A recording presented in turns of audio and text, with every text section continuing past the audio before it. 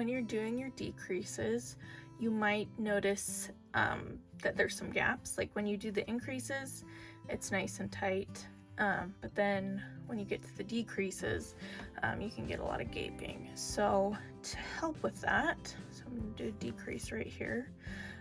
So instead of going like that and then having like this huge like gape right there, what I'm actually gonna do, undo that.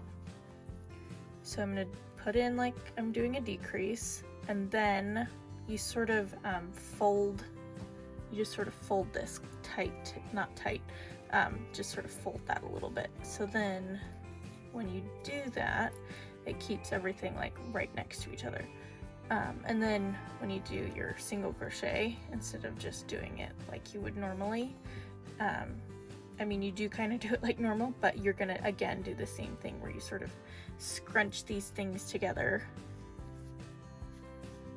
and then you can like scrunch it as you pull through, and then that helps.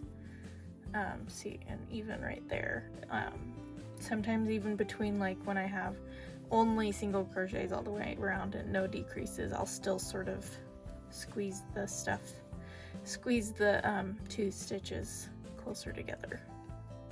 And it's not perfect, it's still not going to be as tight as when you did the increases, but it does help a lot. And then when you are stuffing it, just be aware that you shouldn't stuff it too tight, because when you stuff it tighter, you're like stretching it, and then you're gonna see the stuffing poke through.